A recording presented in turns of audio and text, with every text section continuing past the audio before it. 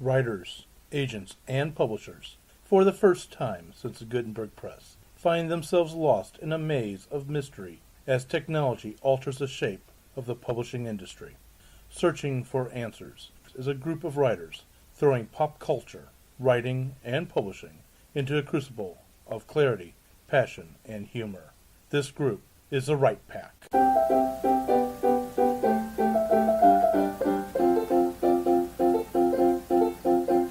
Welcome back to Right Pack Radio. This is your host and producer, David Allen Lucas, author of Crazy Things, who's going to be silent about what he's writing because I've got some things coming soon, or in 2018. And with that, but I want to release, don't want to give anything away at this point in time.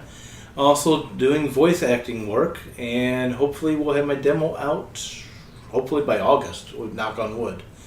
And with me today, we are shortcasted, so I'm going to immediately turn this over to the Madame of Murder, who, no, she did not kill off Kathleen or the rest of the group. Well, that's not what we're admitting to. Well, I'll be your substitute, David. Thank you go. very much.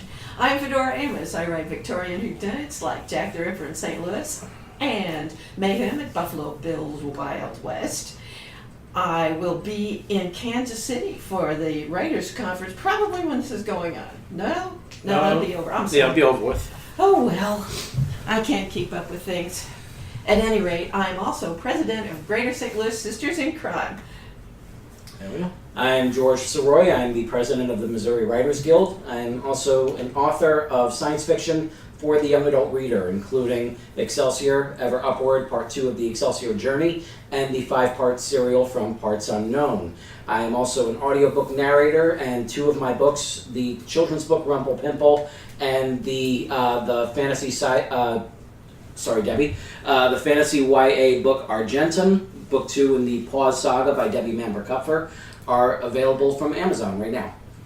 Yeah, I'm sorry. I just love that title, Rumple Pimple. Sorry, Yeah. that just makes me It's a dog's name, and the dog is very cute, so yeah. Brad R. Cook. I am the author of the Iron Chronicles, which is Iron Horseman, Iron Zulu, and now Iron Lotus, which was just released at the end of last year. So the trilogy is complete. It is steampunk, it is YA, it is adventure. You can find out all my writing, plus all my short stories and fun stuff like that, at bradrarcook.com. I'm Melanie Lucas. By this point in time, maybe I'm writing again on my fantasy novel. Because yeah, because we're talking to you from the past. Yes, we're always Doctor Whoing it in here. Really quick, I do want to announce if you've been getting the newsletter in the past for Winding Trails Media and knows that it disappeared, it is going through a complete redo and will be eventually coming out sometime in the fall, probably late August, early September, maybe October. So just want to give everyone an FYI. I apologize, but Gateway Con has absorbed a lot of my time over the last couple months. So I don't want to give you guys junk. Speaking of, get one of those sweet Gateway Con t-shirts There you at go. redbubble.com. And by the way, Gateway Con, you should be able to register for next year. If not, you will be soon. So, with that today, let's talk about our topic. And today we're going to celebrate somebody's birthday, Henry David Thoreau. And we're going to talk about integrity in writing. Before I talk about anything about Henry David Thoreau, I want to talk about integrity in writing. Nowadays, I don't think it's ever changed in the past or that. The need for integrity in what we write, be it fiction, nonfiction, etc. But I think today, in our current world, and I'm not taking any political sides, we've got so much information out there, and it's gotten to the point where we're even questioning facts. And at this point in time, I think the integrity of the author is paramount, perhaps even more so than in the past. I don't know if that's accurate, but that's my viewpoint. Go ahead, Brad, and then... Well, I would throw out that it's always been that way. And the reason I say that is, famously, God, I can't remember the guy's name, who wrote A Million Little Pieces or whatever it was. Oh, James Gray? Yeah, I don't know, the the Oprah book that Yeah. was about Yeah. drug abuse. That it turned out, oh, I'm not really a drug addict, and Gotcha. Oprah, I totally lied to you. Sorry about that. And I mean, his career tanked and was basically over forever. I don't know if he's come back or not. I have no idea. But He has. He came back under the pseudonym of one of the writers behind the I Am Number 4. Oh book. God. Okay. Okay. So you might not come back quite the way you want. But yeah, no. But I think because of things like that, integrity is important. You know, we are putting ourselves. It's our name on the book. Agreed. I think the most obvious exponent of that is the imprecision of language that we have come to expect as usual. There is no such thing as alternate facts. There are alternate interpretations of the facts, but the facts are simply the facts. And anything else is quite simply a lie. Our imprecision, our bad use of words has caused us to run out into extremities of all kinds. Hyperbole that everything is great or everything is horrible, when in fact it is somewhere in between. And that is what I abhor most about our common language, which is making us so polarized. And if we treated words better, I think things would be better. I think we're getting kind of on a sub-track because we're talking about, well, for lack of a better word, political discourse, which actually... Well, actually, I don't want to do political discourse at all. Yeah, but I mean, we're talking about extremes and lack of nuance, but... But that is the foundation of integrity, Right. in my Yeah. estimation. I think that's one type of it, but there's other types, If other you play areas. fast and loose with words, what have you got? Well, yeah, I'm just saying that it goes beyond simply that, and you're Oh, right. I don't deny that at all, but Yeah. I think that words are the foundation of it. Yes, but frankly, not attributing something correctly is certainly unethical, depending on the circumstances. I mean, for instance, Shakespeare did that all the time. That's the way all authors behaved in that time, more or less, and that's something very different than saying something you know is not true and presenting it as fact. I mean, there's such a thing as integrity when you're writing fiction. Okay. Well, there is a big part of that when it, just like to tag on to what you just said right at the end, saying that there is integrity when it comes to writing fiction.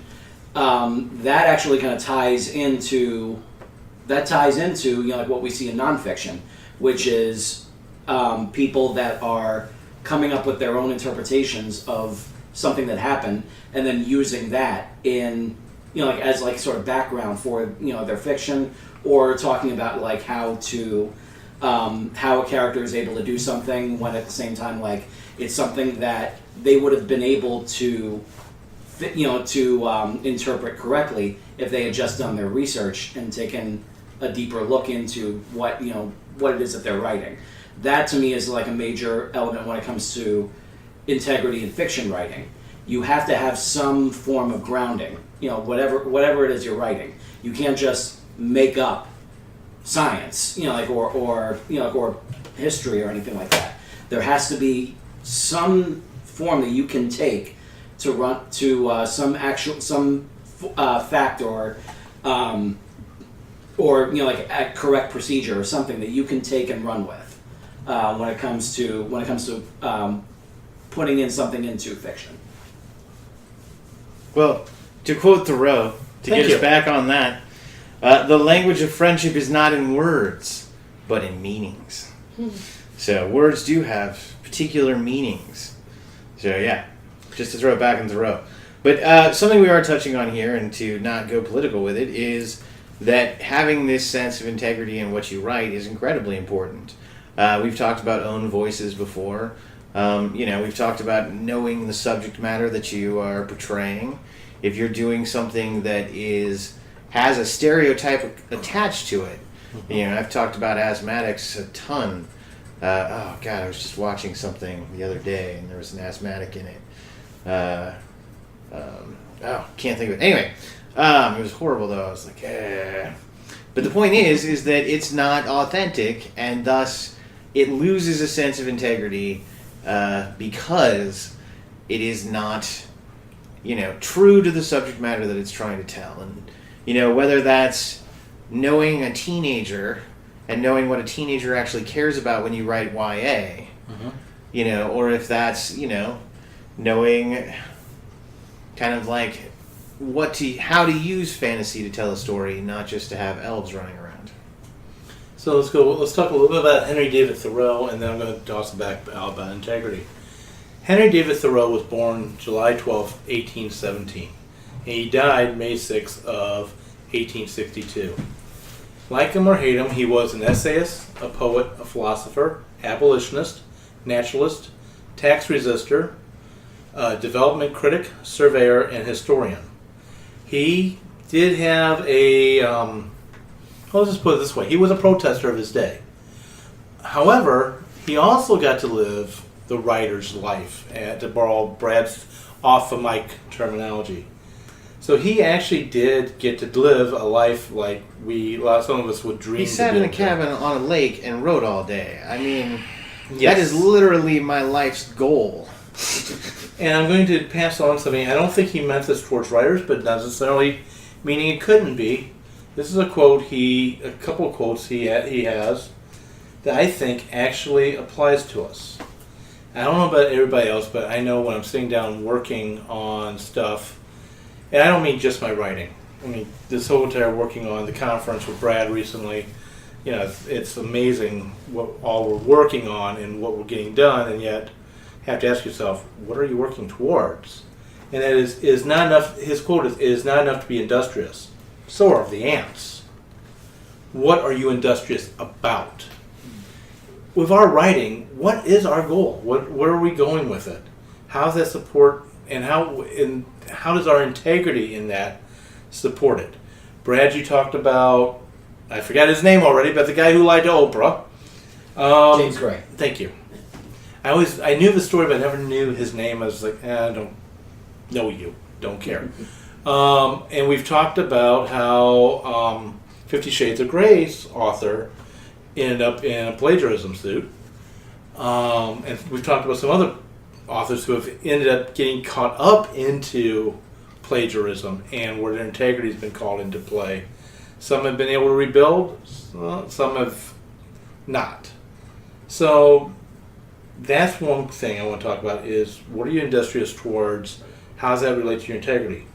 They also want to quote, I've got him here. If a man believes and expects great things of himself, it makes no odds where you put him or what you show him. He will be surrounded by grandeur. I think that also goes into the integrity. Go ahead, Fedora, you've been waiting. This ties into what Brad said earlier. One thing Thoreau believed and often said, when people ask him why he went to live at Walden Pond, he would say, I went there to live deliberately. And I think that is a signal to all writers that, maybe we'll live deliberately or not, but whether we do, we should strive to write deliberately. I work very hard to try to get the right details in historical fiction so that whatever people quibble about in my writing, that won't be it, because I will be right. And that's my idea of writing deliberately. I deliberately set out to make sure that the details about the era, about the place, are correct. And I think that every writer has some standard for that kind of thing, of a line that they won't cross and something that they aspire to be in terms of writing deliberately. Real quick, adding to that, let me throw out another quote by him, because that just falls right into what you said, and then I want to talk a little bit about something you said there. Again, quoting Henry David Thoreau, "The life that I aspire to live, no man profiteth me, no trade upon the street wears its emblazonry." In other words, he chose to live the life that he wanted to live, and as you said, with purpose. One of the things too I try to do with my characters and so forth, especially characters of a different ethnic background or whatever, is I try to make sure I leave any of the, how do I want to say this, preset mindsets that come across through society at the curb and kick them to the curb. And I do ask that I have people in that group look at my work and tell me, hey, did I get this right? Am I off? Please, please, please tell me where I'm off, because I don't care if it's my hero, my villain, or just a pain in the ass on the character. I treat them all with respect, because I want them to be who they are and representing who they are, and that's part of my own personal integrity.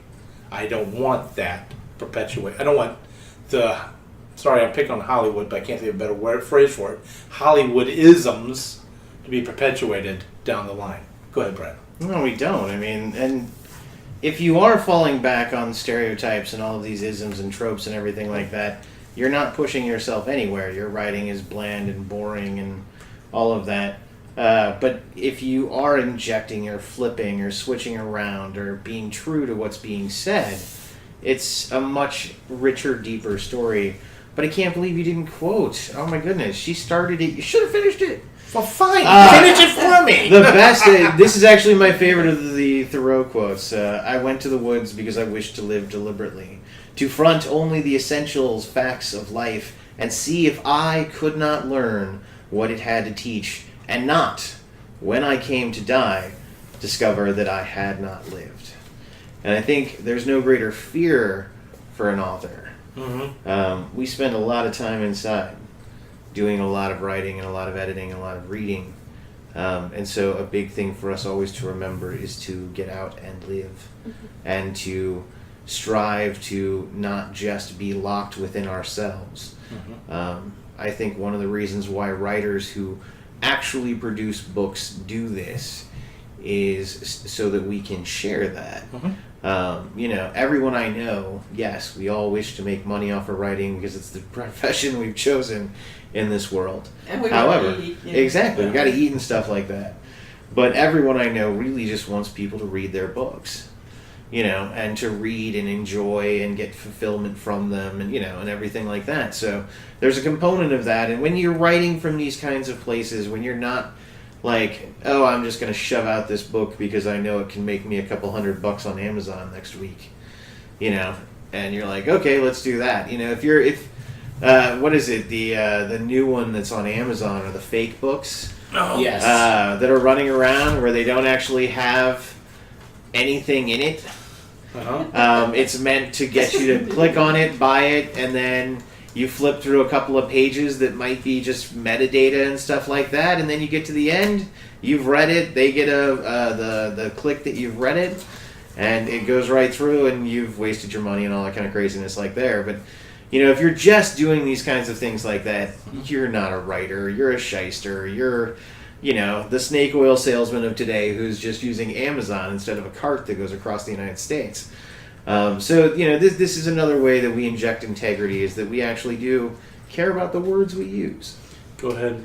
And I'm coming after you. To add on to what Brad was talking about, those scam books, those fake books and everything, they average around like 2,500 pages, because they are there specifically to take advantage of the Kindle Unlimited pages read ordeal, that they have going on. Yeah. So basically what they do is they have a link right in like the first couple of pages of those books. You click on the link and it pushes you all the way to page 2,500, and it registers as 2,500 pages read. Yep. So yeah, Ding. And basically like Wow. what they're doing is they're grabbing like whatever books they find that are out there on Amazon, and they run it through a almost like a thesaurus type of app. Yeah. Where it can basically replace words with other words. Yep. To the point where it gets past the whole plagiarism setup that Amazon has. Wow. Yeah, so their algorithm. So it gets past their algorithm, and then all of a sudden, boom! It gets right up there. Amazon is making money, so they don't really care, because they're still getting their cut Wouldn't In people addition to complain, though? Yeah, well, Yeah, yeah, Yeah, a lot of people You are know, complaining, and oh. Amazon has said that they're working towards it. Right. And I hate to say it, I wish I was really super surprised. I know I've said wow a few times, but if we ignore that we're talking about books, let's step back and talk about hackers for a second. Mm-hmm. And I'm not talking about the ethical hackers out there. You have the constant chess game that's being played between the hacker and those coming up with internet security. That the second that internet security catches up or even moves ahead, the hacker's going to catch up and move ahead of it as well. But speaking of this, I can imagine Amazon taking the game plan of, okay, we're going to freeze the accounts of people that do this, Yeah. and then guess what? Innocent people are going to get caught in that net, and I don't Yeah. want.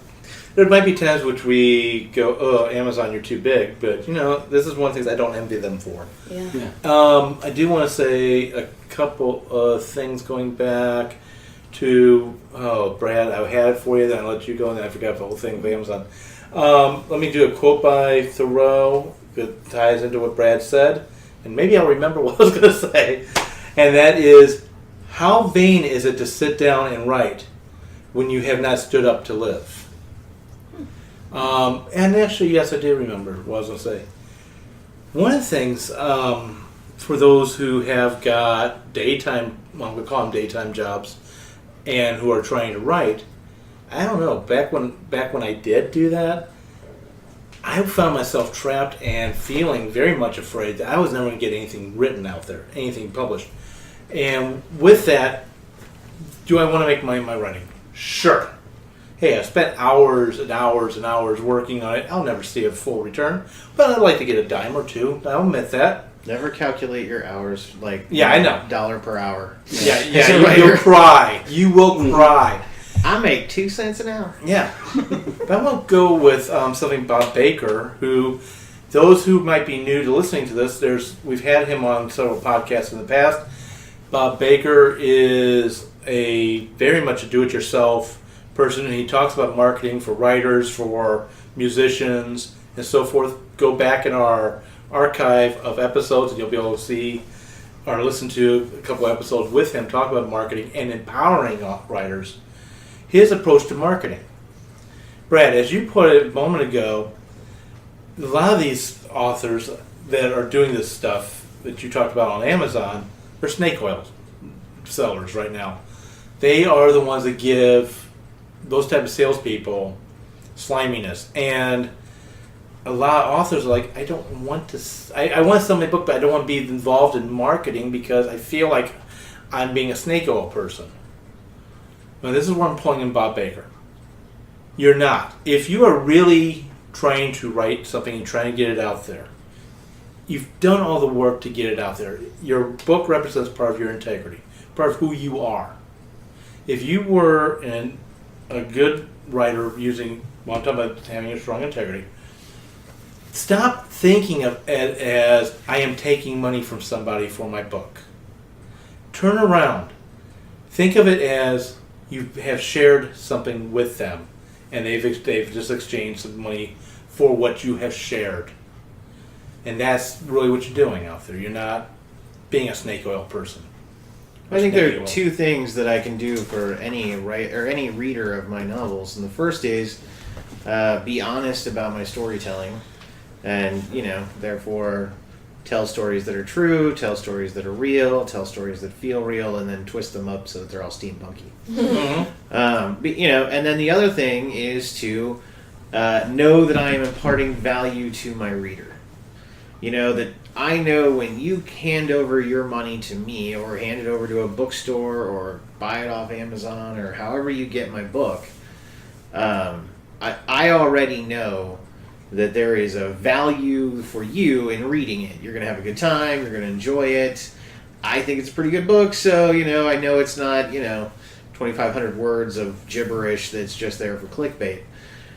So by knowing that I'm imparting value, it makes it easy for me to sell my book. It makes me easy to say, hey, if you love adventure and you love sky pirates, you're going to love my novels. It's a really easy thing for me to be able to say and do. So when it comes to that, I don't have a problem selling my book. I don't have a problem telling you that I think it's good because if you're a steampunk fan, I think you might enjoy it. I'm a steampunk fan, and I enjoy it amongst all the other steampunk that's out there. And I think knowing those two things, putting forward something that I think is an honest integrity story that is true to what it should be, and then knowing I'm providing value to my reader, I think those two things allows me to go forward and know that I'm firm where I am as an author. What others might do or shiesty-wise, that's their business. This is really where the phrase "write what you know," kind of rears its head. And to play off of what Brad was just saying, when it comes to like write what you know, it's basically kind of like write what you are passionate about. If you have the passion on the subject that you are writing about, then you are going to go that extra mile to make sure that it comes off as correct, that it comes off as entertaining, that it comes off as something that your reader, you are confident that your reader is going to enjoy reading. One of the things that I really can't stand is people that decide to just go ahead and write in a completely different genre just because that's the selling market these days. Yeah. I can already say I will never write a romance novel. Don't say that. I used to say that, and then I wrote a romance novel. So, as of right now, the me of 2017, just doesn't have a romance story in him. Check in George 2020 when he's a total romance author. I'll have the shirt like half open and everything. Exactly. George Sexy Sarai. Right. Wow. Alrighty then. And I can't really follow that. So And Fedora has volunteered to follow that. Wow. Go ahead. Well, I shall try in any event. Henry David Thoreau was an original thinker, and there just aren't many of those across the world. He gave us something that really had not been brought up much since Jesus, when you get right down to it, and that is to rely upon oneself and one's own thought, exclusive of what anyone else thinks. Look at what he did, for example, with, I can't think of the term. It's a conscientious objector kind of stuff. Yeah. What am I thinking of? Self-reliance. Yeah. Okay. And He used a term. civil disobedience. Yes. That's what I'm trying to get around to. Which was not something that anybody, I think, had ever tried. It was mostly violent uprisings, if you had any at all, but simple civil disobedience, which is civil and does not result in violence. Something like he did, refusing to pay his taxes because he didn't like them. I'm not saying you should do that. I'm saying that that's an original way of looking at things that is so different from what anybody else did that At it that has time, created a modern notion that we still think a lot about today. I'm not saying it's right or wrong. I'm saying that it's truly original. And that is a facet of integrity that he had that I probably don't, but I would aspire to. Let me point out something though. Part of his civil disobedience, he broke the law, then he took the punishment for breaking the law. That's a part of it that I think a lot of people forget about.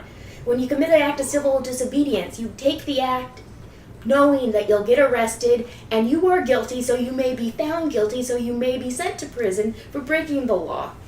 Very true. Of course, his friends did get him out of jail. Yeah. So, back to more integrity in your writing. Actually, I'm going to toss it out there. How do you make sure that your writing is filled with you? Your integrity. Everybody here I'm taking as being someone who's got integrity. First of all, the main thing that I apply to anything that I write is the simple question: do I want to tell this story? Am I passionate about it? If I'm not passionate about it, then it'll be a bit of a slog for me to write. Therefore, it will be a slog for my readers to read, and I don't want to subject them to that. I want to tell like the kind of story that I feel comfortable telling, and I also want to commit to making sure that I have my facts right if I am dabbling in facts. about certain things. If there are historical events or anything that I want to kind of mirror for this, I want to make sure I know what I'm talking about. I do not want to guess about things. If I am fuzzy about certain details, then I will go back and I will make sure that I'm correct about it. And if I'm not, then I will change it. And if it's integral to the plot, then I will, then I'll have to see how the plot can change. There are certain things that in Ever Upward that are in the process of being changed right now, because the first couple of chapters, they were they were pretty slow to get through. I will say that this was something that my editor and I were talking about when I was first plotting it, and it was something that she wanted me to put in, and so I put but at the same time, I'm not blaming her. I made the final decision to make it happen, and we were under the impression that it was going to work, and then when my current the publisher's editor is taking a look at it, she's finding that it's not. So I will go back through it and I will make it work. The whole point is am I passionate about the subject matter? Do I feel that I have a strong grip on the subject matter itself? Will I do the research to make sure that certain things are correct? Sorry. And will I play the piano to play me off the stage? So, wow. Hello, Melanie. Yeah. And will I commit to providing my reader with an entertaining read? I want to make it worth their time. If it's not worth their time, then they're not going to even pick up the book. Right. Totally agree. And something along with that too. Are you passionate enough not just to write the book? Are you passionate enough to take the time and the risk of creating this book? And with writing, there are a lot of risks. Mm-hmm. And we did talk about criticisms and how to respond to comments a few episodes ago. That's one risk. But nothing is more terrifying than silence. Yes. That follows a book's launch. Yeah. You can have people go ahead and take a just attack it and everything and just throw 1 star, 2 stars or whatever at it. Mm-hmm. But that means that they picked it up and looked at it and saw something in there that that struck them enough to respond to that, or they're just trolls. We don't assume at the end of the day we don't know but at the same time it's just you have to kind of take that assumption that someone has something to say in response to what you've written. But if you go ahead and just throw it out there and you hear nothing but crickets, there's a problem. Right, and I'm going to say along with that, there are some people, I'm leaving completely nameless because I actually don't know their names off the top of my head, that are out there that literally attack writers on Twitter about things that they disagree with on that writer. And that writer may have put something in his book or her book that just maybe a character said something in such a way because that fits that character, may not be what the author believes, but that these people attack and try to bring down that author's career. So there is some that is also one of those risks. Brad and then Fedora. I would also throw out that sometimes the author says something stupid in an interview and truth-tellers, and everyone jumps on him for that too. As for myself, I mentioned it earlier, in terms of knowing that I'm providing value is one way of, kind of having that sense of integrity about my readers. But also, when you sit down to read one of my books, there are things that I would like you to do. One of them is to enjoy yourself, obviously. That's the big one. I want you to have fun and have a sense of being on your own, adventure. Mm-hmm. I want you to learn something probably somewhere along the ways because I've got a ton of weird knowledge shoved up in my head and I tend to, impart it out through my books. There are things like that. I also want you to have a sense of wonderment, use your imagination. I want you to add in your own things to the story. So I may not give you everything you need to know about my character, the main character, the I character that you read the whole book going I for, because some of that I'd like you to fill in. There's some things I'd like you to add into my novels because each reader who picks up our books is going to interpret them in different ways, and I've given a little wiggle room for them to do some things just like that. So, it's knowing that when I sit down, I'm imparting all of that. It's not that I'm trying to be an English teacher. I could care less what the blue curtains in the blue room mean.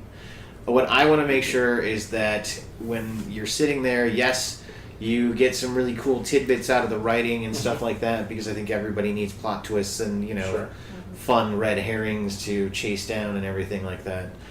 But, I also want to entertain and kind of wrap it all up in a big package, and then I know that whoever reads my book has probably gotten at least something out of it. Uh-huh. I think writers are kind of an odd We're odd ducks conglomeration anyway. of beasts. Yes. Because we are actively looking for things that we don't do as well as we could when we're writing in order to change them and make them better. And I think a lot of people are not really working toward self-improvement in writing or any other field, but we are deliberately trying to find out where we're strong. Are we strong in writing dialogue, for example? Are we a little bit weaker in giving emotion to characters? Are we bad at description or great at that? And along the way, trying to improve it. That's why we have critique groups and editors and go through lots and lots of levels of having our work exposed. Now, this kind of takes a thick skin. Mm-hmm. You have to have one in this And business. that, I think, is an important facet of integrity, too. You have to be willing to not only take the criticism and use it productively, but also to take a look at your own flaws and try to do something about them.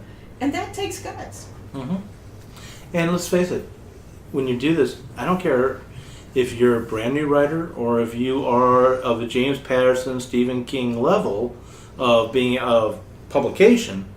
Nobody's perfect. Nothing you write is ever perfect. There's always going to be something that needs work. Strongly recommend a really good documentary that's on Amazon called Tales from the Script. And it's basically like showing, talks to all these different screenwriters from all different walks of life and discusses their, how they were able to survive and get through the muck, of being a screenwriter. Or in some cases, how they eventually gave up and went on to something else. But one of them, Dennis Palumbo, quotes one of his friends as saying that he labeled it for screenwriters, but this applies to writers and pretty much artists overall, saying that we are egomaniacs with low self-esteem. And that's pretty much what we are, because we are basically putting all this work into something that we believe that the world will be a somewhat better place if this work is out there. And once it gets crapped on, then it's just like, oh, I knew I was no good. Right. That's what immediately we fall back on. And the another quote that was from the same documentary was from a different writer. I forget which one it was, but he was saying how there are so many cases where where someone just was watching a bad movie and just like, oh, I could write better than that. Yeah. And that's why that one is so bad, because that's what they had to go by. So that's another part about about adding integrity to your work. You have to make sure that that it can measure up not to the worst of what's out there, but to the best. Yes. Right. You have to set your own bar. Yeah. And I'm going to take this backwards a little bit. Your first level of integrity when you write is to yourself. Yeah. And you have to be true to yourself, to be true. This is part of finding your voice, I think.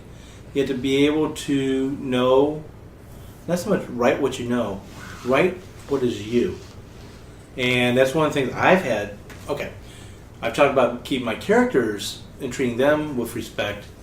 I have had a recent revelation regarding my own writing and why I've been stumbling so much. And we'll see if I'm correct as future comes up.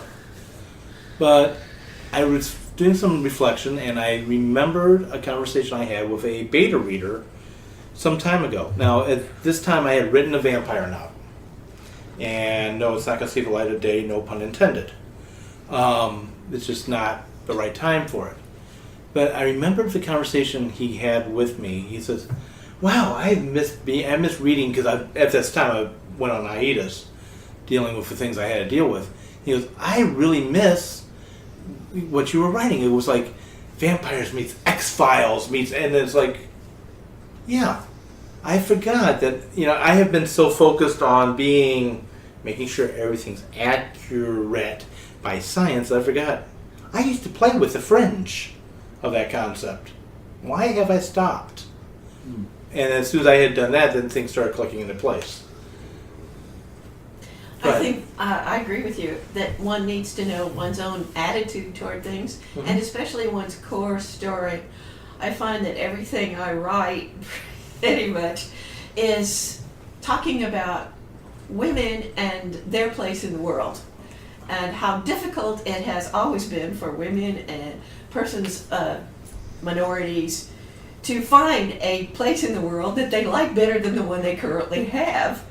And it was true in the past, and it's still true, though of course we've made some great strides in advance. So I think that knowing your own core story and what you're going for in every book, probably in every story, is an important thing. Take Hemingway, for example. His core story was always to describe what a man is or should be. Everything he writes is about that. That's his core story. And I think everyone has a core story too. I agree. And was it Hemingway who said, "Writing's easy, just open up your veins on top of the typewriter"? Something. I know I don't have exact. Open up your veins and bleed on the typewriter. Yes. And I think that's part of what he was talking about. Let your core out. And that's not always a pretty or comfortable thing to do. Sure. Well, Hemingway was all about leaving all of you on the page. Yes. I mean, he very much was about that. So if you take a Hemingway-style writing course, they're going to teach you that if you have left any little bit of yourself off the page, then your integrity to that page is, without, and you need to tear it up and start again with your six-toed cat sitting next to you. Or the rest of the hundreds of cats that he had, or I don't know how many number he did have. Well, he only had a couple cats. Oh, They've now since done what cats do, and there's hundreds of them on the island now. All right, I wasn't sure. I wasn't positive. I knew there was a lot on that island. Along with that, so back to. Let me ask a very uncomfortable question. It's like, oh no, go ahead. No. Go ahead. I was just going to talk about Thoreau a little bit and his idea of society and how that interacts with the writer. Because when he was in his little cabin there at Walden Pond, he had just one other chair for visitors if anybody came out. And truthfully, he often went into town and talked with his friends and so on. But if anybody came to him, it would be like one person at a time. And I find that very compelling because that, after all, is what we as writers are really doing. We are writing to just one person at a time. We don't have to be television that writes to the masses, one person at a time. So it's important to find the audience that we and our writing resonates with. And I think Thoreau gave us the guideposts for that. And I think, while you said about that with television being out to the masses, that's the masses, of course, is who's devouring the programming. But I think really the script writers are all the same way, which is they're writing it really to one person. And then from there, because like our books, our stories, all of it, it's all the same writing, just different formats of both writing and production. We're definitely, when it comes to like that one person, obviously like at the very beginning, that one person is you. Yeah. You're the one. We're the ones that get to, as William Goldman said it best about screenwriters. Like we're the ones that first get to make the movie. Right. And that's really what we're doing. Like when we're creating any sort of story and everything, we're the ones that get that first glimpse at it and say like, is it any good? And you start thinking like, oh wow, this person's gonna love it, and then it can build and branch out from there.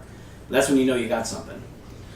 Something that just hit me is the last 10-15 minutes we've been talking has really been, how do I put this? I just had it in my head, of course my mind went blank again. I apologize to everybody.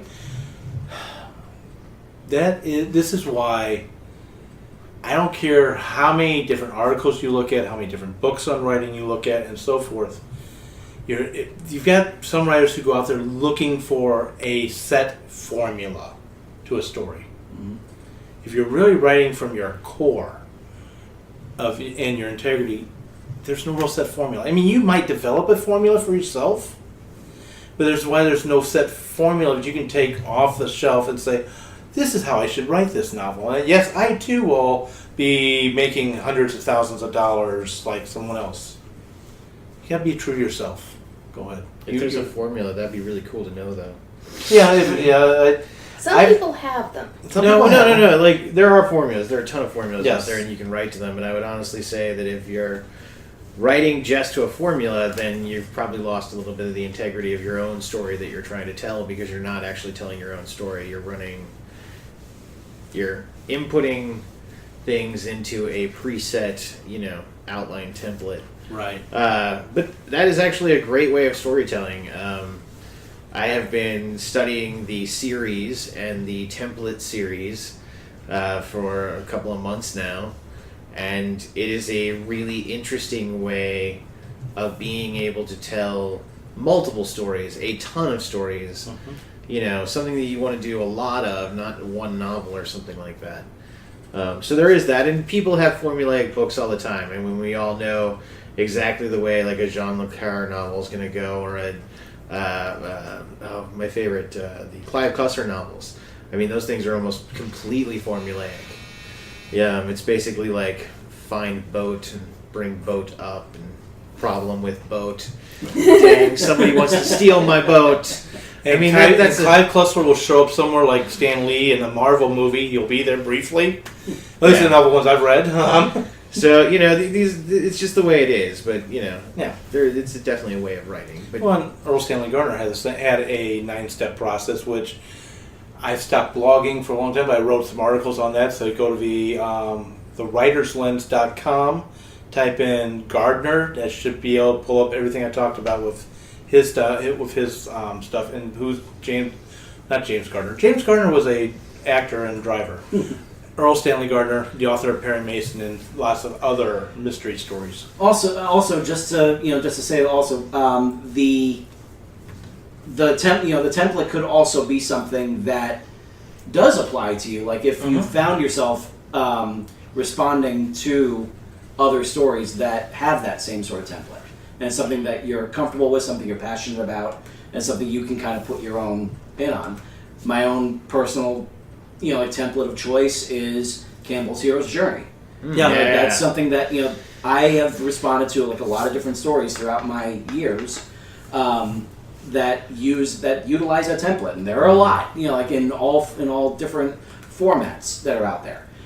So when I first wrote, decided to write Excelsior, I wanted to do my take on the Hero's Journey template. But at the same time, when it came to that, I had to know the ins and outs of that template, and so I could apply everything to it, and not just like, oh, I have to do it because the template says so.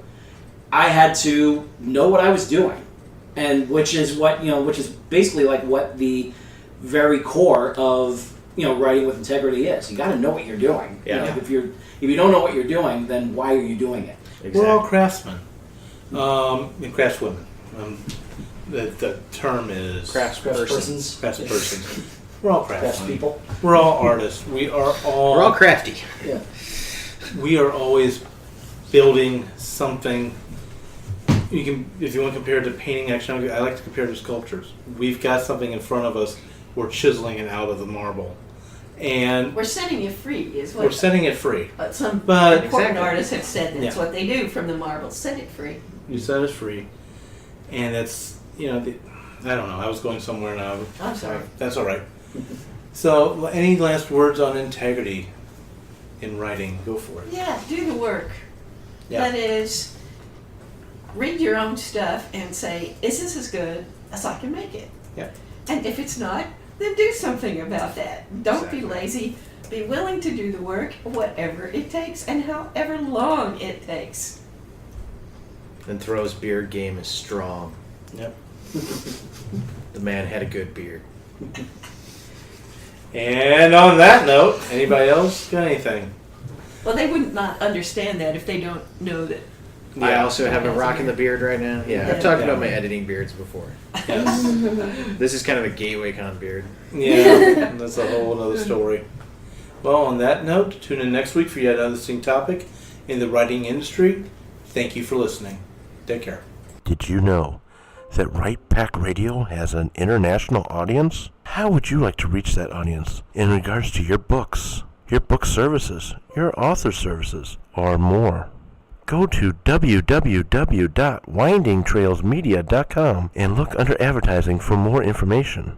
If you don't have a script, that's not a problem. We will be happy to work with you. Once again, go to www.windingtrailsmedia.com for more information. The new theme songs for Right Pack Radio were written and performed by Meredith Tate. All copyrights remain with her.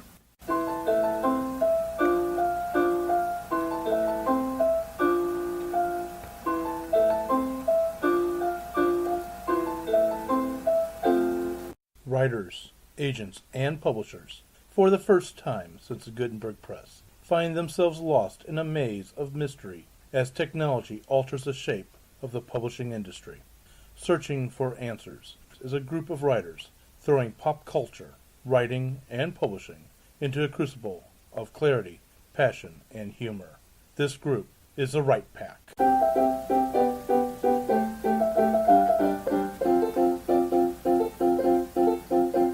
Welcome back to Right Pack Radio. This is your host and producer, David Allen Lucas, author of Crazy Things, who's going to be silent about what he's writing because I've got some things coming soon, or in 2018. And with that, but I want to release, don't want to give anything away at this point in time. Also doing voice acting work, and hopefully we'll have my demo out, hopefully by August, knock on wood. And with me today, we are short-casted, so I'm going to immediately turn this over to the Madame of Murder, who, no, she did not kill off Kathleen or the rest of the group. Well, that's not what we're admitting to. Well, I'll be your substitute, David. There Thank you you go. very much. I'm Fedora Amos. I write Victorian whodunits like Jack the Ripper in St. Louis and Mayhem at Buffalo Bill's Wild West. I will be in Kansas City